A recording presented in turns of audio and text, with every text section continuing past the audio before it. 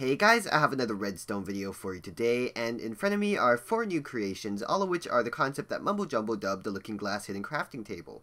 Here we have a ceiling one, a floor one, and 2 wall ones. Now one of these things definitely is not like the others, and that creation also happens to be the one that I am not doing a tutorial on today. While this wall one is slightly smaller than my other wall one over here, it is restrictive in the fact that it requires a ceiling and a floor at a certain level, while that one and all the other ones do not. But the larger reason why I'm not doing a tutorial on this is that it's one wide, meaning that you could take a picture right now, pause the video or whatever, and build it for yourself. That piston down there is a normal piston, so there's really no need for me to do a step-by-step tutorial on it. This also doesn't use any noteworthy mechanics, meaning that there isn't going to be a full explanation on this either from me. But these 3 on the left all have tutorials in this video. If you guys want, you could just watch the entire video, or you could click on the creation you want to learn how to build specifically, and it'll jump to that portion. So once you find where your crafting table in the ceiling is going to be, then you want to place your piece of glass above that, then a sticky piston facing downwards above that, then another sticky piston facing that way, and a normal piston facing that way. Now, our input for this tutorial is going to be a bit cheaty. It's going to be in the roof. Now, if you want your input to be right there, then that's perfectly fine. You could just leave it alone. However, I know most of you will probably want to move your input somewhere else. So if you do that, I recommend you place this torch sideways like that, and then input into it with a piece of dust or whatever. And that's a lot more natural than having it awkwardly in the ceiling. Now, this is pretty cheaty, and I do feel very bad about it, but it is technically legal, and we're just going to roll with it for this tutorial. And once again, I feel really bad about how cheaty that is, but it does work, and we're just going to keep it like that. Now, place your torch there once you're done doing all that other stuff, and then that'll be going into this repeater on 2 ticks, which will be powering that normal piston. Now, we're actually done. We could fix this crafting table up here, and then we can go ahead and see it work. So when I activate that, it'll swap away and we can do our crafty stuff.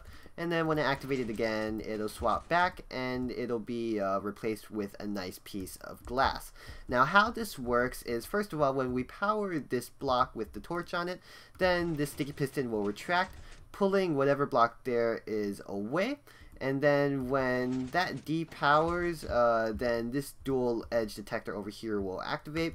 Then this torch will send a very quick pulse to this piston, grabbing whatever block is currently flush with the ceiling. And then when that happens, this piston will needlessly activate, but that's not important right now.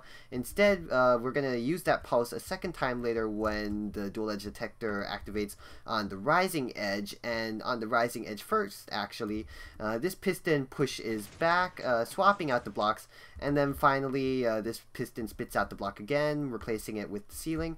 And then this piston pulses usefully now, and it'll re-push the block above that, making it all nice and pretty if the ceiling block is glass. Otherwise, we really don't need to push the glass above the crafting table. That's pretty useless. So yeah, that's it for the tutorial on the ceiling version. Now, if you guys would like, you could stick around for the other ones. Otherwise, I hope you guys enjoyed this video, and until next time, goodbye.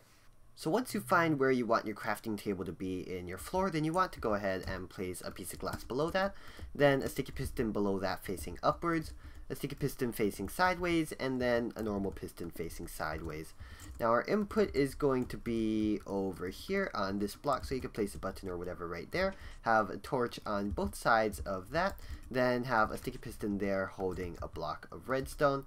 Let me go ahead and grab a piece of slab, because we're going to need to have a dust there, and then a torch on that side, and that'll just be powering that piston to grab the blocks and stuff. Then come back over here to the redstone block, place a repeater onto there, and that will go ahead and power this normal piston right there. And believe it or not, we're actually done with this tutorial. That's how fast and small this creation is. If we go ahead and activate it, you'll see that it'll swap out the crafting table and it'll spit it up into the floor. And then if we do it again, it'll replace that with a nice piece of glass and then push the crafting table back underneath there.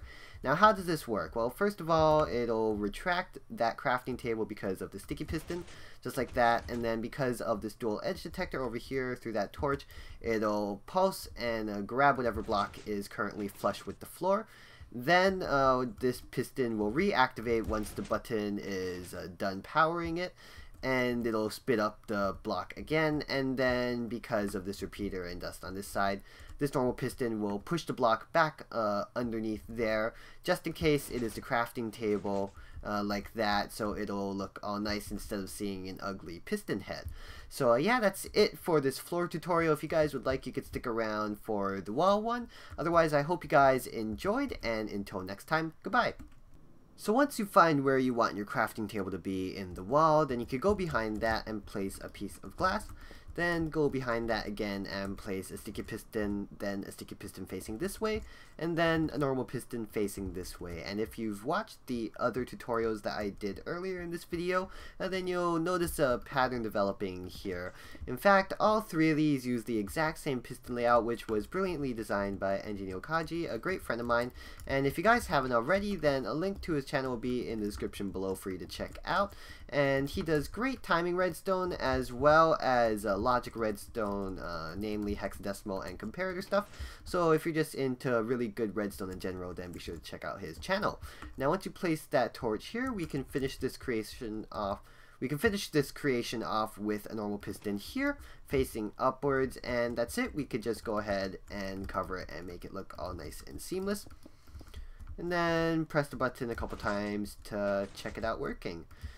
So what's happening here is, first of all, this piston retracts, pulling whatever block is in front of the sticky piston out of the way, so it'll be free to grab the block that's currently flush with the wall. And it's doing that because of this dual edge detector here, which is pulsing that torch, quickly grabbing that block. Then as soon as it does that, this button powers off, turning this torch on, pushing this block and doing its block swappy thing just like that. So now instead that crafting table will be spit out, and then finally this piston pushes back and pushes this piece of glass back behind it, or in the opposite case, it'll push the crafting table behind the piece of glass.